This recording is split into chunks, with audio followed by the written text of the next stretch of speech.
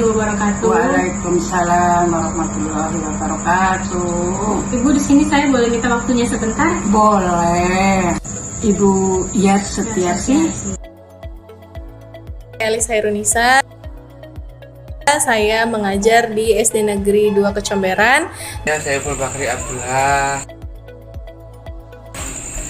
Ya, umur 32 tahun.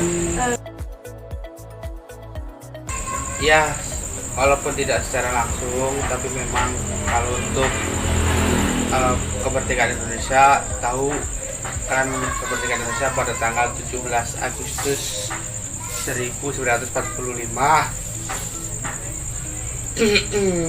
Setelah melawan penjajahan dari Jepang dan Belanda, akhirnya Indonesia resmi merdeka pada tanggal 15 Agustus 1945. Kemerdekaan Indonesia, kalau kita berbicara tentang kemerdekaan Indonesia sangat panjang ya, karena Indonesia itu kan mengalami masa penjajahan yang lumayan panjang, dimulai dari Belanda, kemudian Jepang gitu.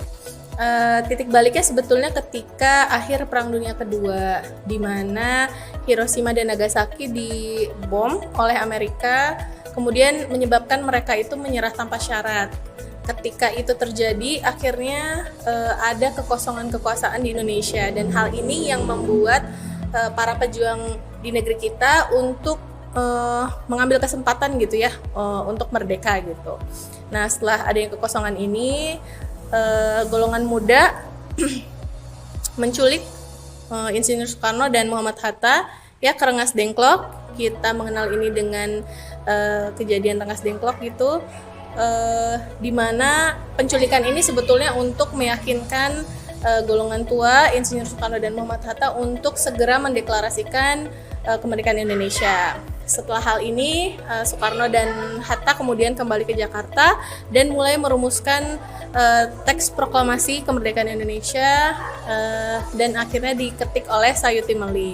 Ya, tahulah sedikit ya. Boleh jelaskan, Bu? Boleh. Apa tadi? Sejarah tentang Indonesia. Sejarah tentang Indonesia ya. Dulu kan kita Indonesia itu dijajah sama Belanda ya. Tahun 1937 kalau nggak salah ya, Perang Dunia ke-1. Terus masuk lagi Jepang ya. Habis Jepang dijajah Belanda juga tahun 45. Atau Indonesia kan terus mau merdeka ya. Sesudah Jepang kalah sama Belanda, kita ini Indonesia merdeka tahun 45, tanggal 17 bulan 8 1945 ya, oleh Presiden kita Insinyur Soekarno dan Bung Hatta. Undang-Undang Dasar 1945 merupakan pedoman hidup kita sebagai bangsa dan warga negara Indonesia. Undang-Undang Dasar 1945 juga merupakan sumber hukum tertinggi di mana ia mengatur bentuk negara kita, sistem pemerintahan, lembaga-lembaga, juga hak dan kewajiban kita sebagai warga negara. Undang-Undang Dasar 1945 juga merupakan perwujudan dari cita-cita bangsa, di mana harapannya ingin mewujudkan negara yang adil, masyarakat yang sejahtera, sehingga hak-hak dari warga negaranya juga terjaga. Ketuhanan Yang Maha Esa, kita sebagai umat manusia itu harus berprinsip bahwa kita harus beribadah kepada Tuhan Yang Esa atau Allah Subhanahu wa Ta'ala. Bagi kita sebagai seorang muslim, karena bangsa kita kebanyakan kan umumnya ya, rakyat Indonesia tuh beragama ya. Jadi kita harus sebagai manusia itu harus mematuhi peraturan agama ya, sebagai kita seorang Islam ya. Kita kan Indonesia berupa-rupa agama di Indonesia itu, bukan satu aja. Kita ini bukan negara Islam, kita itu negara yang berbeda-beda agama gitu. Baik, Pancasila seperti yang kita tahu adalah dasar negara dan juga ideologi negara kita.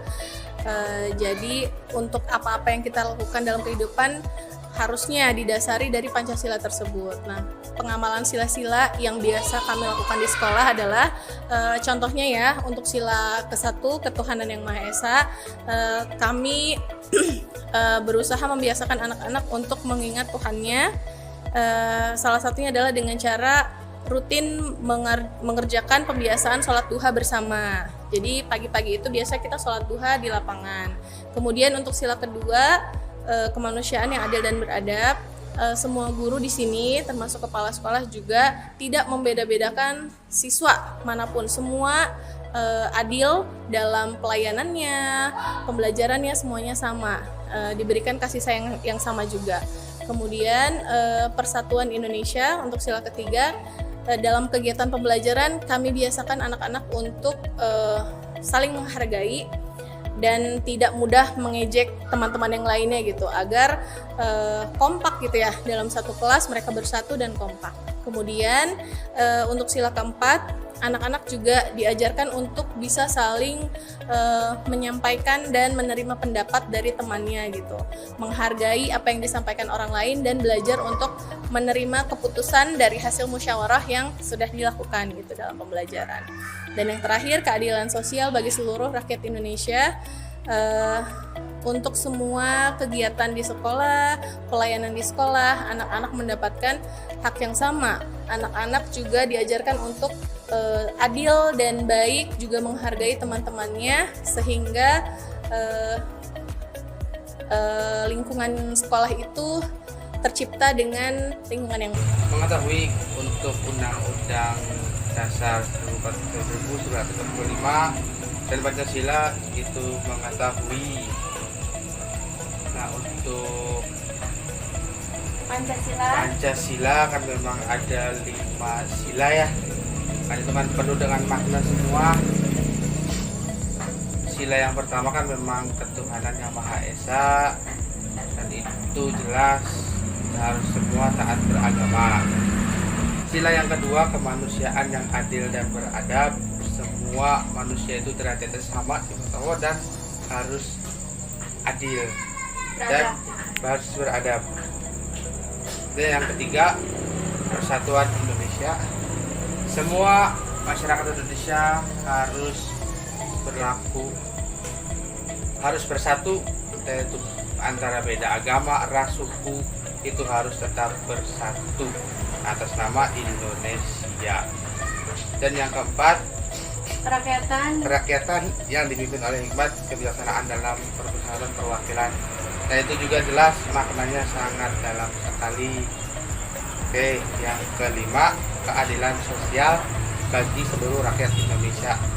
Jelas semua masyarakat itu harus berkeadilan. Yang salah memang harus diakui salah, dan yang benar itu harus dibenarkan. Tidak boleh malah sebaliknya dan tidak berkeadilan. Narkoba yang tidak pernah selesai sampai sekarang juga masih ada. Ancaman di bidang ekonomi juga, pengangguran, sistem infrastruktur yang tidak memadai, itu juga kan salah satu ancaman yang sangat nyata yang akan dihadapi oleh bangsa Indonesia. Dan selanjutnya ancaman di bidang sosial budaya juga, ketidakadilan dasar timbulnya konflik antara pemerintah pusat dan daerah, dan konflik horizontal antara suku, agama, ras, dan antar golongan. Nah, untuk Bapak kan menekankan tadi korupsi ya, Betul. dan banyak ya, ada pengangguran dan lain sebagainya. Menyikapi hal tersebut tuh gimana tuh? Yang tentang Yang Bapak sebutkan, narkoba. ya mungkin menurut saya pribadi ya, lebih banyak lebih banyak penjelasan tentang narkoba. Itu kan sering ada pelatihan gitu kan. Nah, untuk sosialisasi untuk pengangguran, yaitu sebisa mungkin pemerintah harus lebih banyak membuka lapangan pekerjaan karena memang setiap tahun lulusan itu selalu banyak dan pekerjaan dibatasi. Makanya itu semakin banyak pengangguran, setiap tahun tidak pernah berhenti dan semakin banyak lagi setiap tahunnya. Bapak juga menyebutkan isunya itu dan ini korupsi. Nah, menurut Bapak itu menyikapinya seperti apa? Nah, kalau untuk yang korupsi, pendapat pribadi itu memang harus lebih ditegakkan lagi hukuman yang korupsi itu harus lebih jelas. Kalau hukum di Indonesia memang ya kalau dipikirkan seperti itu, sarannya memang harus diperjelas hukuman dan ya hukuman untuk yang tersangka narkoba itu, Narkoba dan korupsi. dan korupsi juga sama, ini lebih jelas. Kita ini sebagai bangsa Indonesia ya harus menjaga prinsip dalam soal agama ya. Kita jangan sampai agama kita ini akan dirusak sama kelompok-kelompok yang akan merusak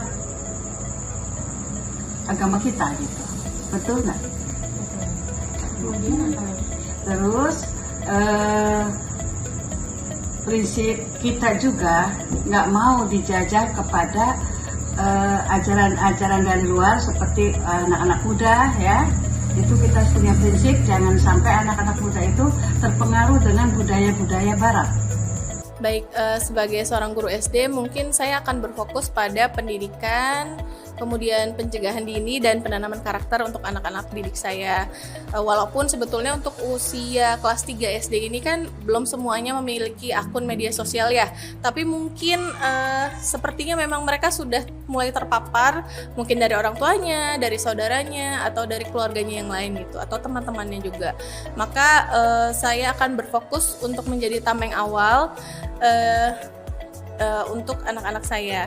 Yang pertama yang akan saya lakukan mungkin menjadi teladan dulu ya untuk anak-anak saya. Jadi saya usahakan untuk diri saya sendiri dulu menggunakan media sosial dengan bijak dan bertanggung jawab.